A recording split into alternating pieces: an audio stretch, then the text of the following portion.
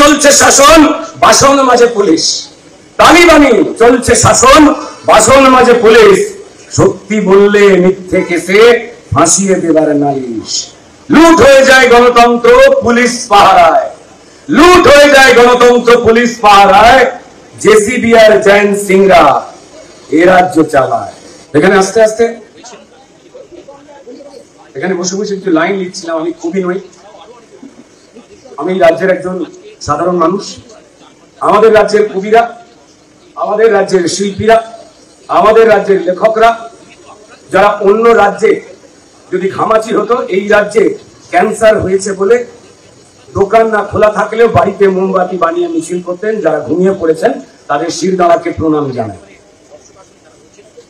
মগের মুলুক, আমরা ছোটবেলা থেকেই কথাটা শুনেছি, এটা মগের মুলুক।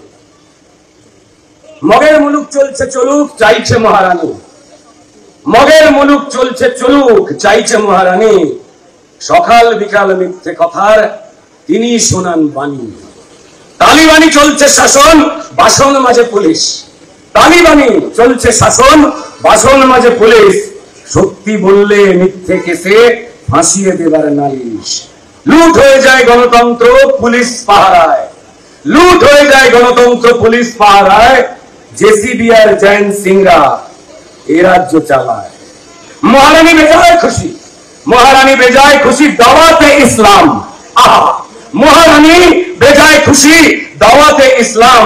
কিনতে ভোটার সংখ্যালঘু তিনি ঝরান ঘাম। দুর্ভাগাকে ঠিক করে দেন রানীর সাদের ববি। ও দুর্ভাগাকে, দুর্ভাগাকে ঠিক করে দেন রানীর সাদের ববি। ভাতার জন্য মুখে কুলু শিল্পী লেখক কবি। আইন কানুন উঠলে চিতায় মহারানীর শান্তি, আইন কানুন উঠলে চিতায় মহারানীর শান্তি। হকার বেকার চিল্লে মরুক, করুক না শান্তি। মরুক না নারী পুরুষ রানীর কানে তুলো, মরুক নারী মরুক পুরুষ রানীর কানে তুলো। তবু রানী শুনে রাখুন সবার কথাগুলো। আপনি যতই মানুষ মারুন, মারুন গণতন্ত্র। আজ বাংলা জেনে গেছে এ কার ষড়যন্ত্র। কার ইশারায় অন্ধ পুলিশ বন্ধ তাদের চোখ, কার ইশারায় চাইছে পুলিশ চোরেদের জয় হোক। জেনে গেছে কার ইশারায় দুষ্কৃতীরাজ চলে, জেনে গেছে মানুষ কার ইশারায় দুষ্কৃতীরাজ চলে। কার ইশারায় বাংলার মা ভাসছে চোখের জলে, কার ইশারায় লুট হয় ভোট, লুট মানুষের প্রাণ। কার ইশারায় অপরাধী শীষ দিয়ে গায় গান, কার ইশারায় ঘটছে সব মানুষ গেছে জেনে।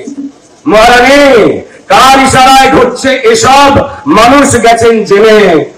গদি থেকে মানুষ রানী নামাবে কাল টেনে, গদি থেকে রানী তোমায় নামাবে কাল টেনে। গত লোকসভা নির্বাচন এবং উপনির্বাচনের জয় সেই মৃত্যুর উপর দিয়ে হয়েছে। এবং আমি ধন্যবাদ জানাতে চাই লক্ষ্মীর গন্ডার পুলিশকে,